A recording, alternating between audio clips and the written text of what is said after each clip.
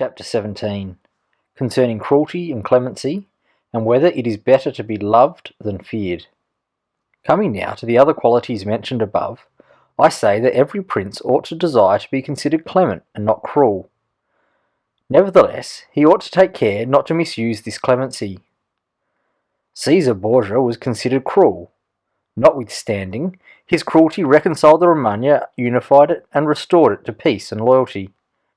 And if this be rightly considered, he will be seen to have been much more merciful than the Florentine people, who, to avoid a reputation of cruelty, permitted Pistoria to be destroyed. Therefore a prince, so long as he keeps his subjects united and loyal, ought not to mind the reproach of cruelty. Because, with a few examples, he will be more merciful than those who through too much mercy allow disorders to arise, from which follow murders or robberies, for these are wont to injure the whole people, whilst those executions which originate with a prince offend the individual only. And of all princes, it is impossible for the new prince to avoid the imputation of cruelty, owing to new states being full of dangers. Hence Virgil, through the mouth of Dido, excuses the inhumanity of her reign, owing to its being new, saying, "Against my will, my fate, a throne unsettled and an infant state, bid me defend my realms with all my powers, and guard with those severities my shores." Nevertheless, he ought to be slow to believe and to act, nor should he himself show fear, but proceed in a temperate manner, with prudence and humanity, so that too much confidence may not make him incautious, and too much distrust render him intolerable. Upon this a question arises, whether it be better to be loved than feared, or feared than loved. It may be answered that one should wish to be both, but because it is difficult to unite them in one person, it is much safer to be feared than loved, when, of the two, either must be dispensed with, because this is to be asserted in general of men, that they are ungrateful, fickle, false, cowardly, covetous, and as long as you succeed they are yours entirely. They will offer you their blood, property, life, and children, as is said above, when the need is far distant. But when it approaches, they turn against you. And that prince who, relying entirely on their promises, has neglected other precautions, is ruined, because friendships that are obtained by payments, and not by greatness or nobility of mind, may indeed be earned, but they are not secured, and in time of need cannot be relied upon. And men have less scruple in offending one who is beloved than one who is feared. For love is preserved by the link of obligation which, owing to the baseness of men, is broken at every opportunity for their advantage. But fear preserves you by a dread of punishment which never fails. Nevertheless, a prince ought to inspire fear in such a way that if he does not win love, he avoids hatred, because he can endure very well being feared whilst he is not hated, which will always be as long as he abstains from the property of his citizens and subjects and from their women.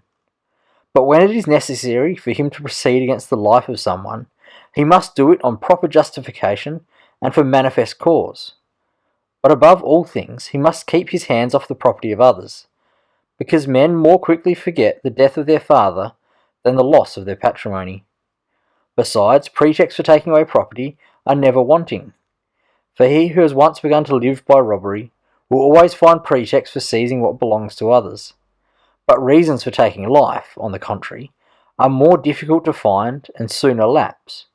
But when a prince is with his army and has under control a multitude of soldiers, then it is quite necessary for him to disregard the reputation of cruelty, for without it he would never hold his army united or disposed to its duties. Among the wonderful deeds of Hannibal, this one is enumerated, that having led an enormous army, composed of many various races of men, to fight in foreign lands, no dispersions arose either among them or against the prince, whether in his bad or in his good fortune. This arose from nothing else than his inhumane cruelty, which, with his boundless valour, made him revered and terrible in the sight of his soldiers. But without that cruelty, his other virtues were not sufficient to produce this effort. and short-sighted writers admire his deeds from one point of view, and from another condemn the principal cause of them. That it is true that his other virtues would not have been sufficient for him may be proved by the case of Scipio, that most excellent man, not only of his own times, but within the memory of man, against whom, nevertheless, his army rebelled in Spain.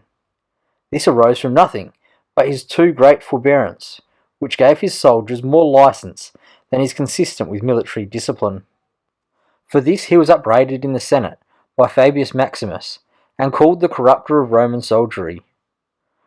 The Locrians were laid waste by a legate of Scipio, yet they were not avenged by him, nor was the insolence of the legate punished, owing entirely to his easy nature, insomuch that someone in the Senate, wishing to excuse him, said there were many men who knew much better how not to err than correct the errors of others. This disposition, if he had been continued in the command, would have destroyed in time the fame and glory of Scipio. But, he being under the control of the Senate, this injurious characteristic not only concealed itself, but contributed to his glory. Returning to the question of being feared or loved, I come to the conclusion that men loving according to their own will, and fearing according to that of the prince, a wise prince should establish himself on that which is his own control, and not on that of others. He must endeavour only to avoid hatred, as is noted.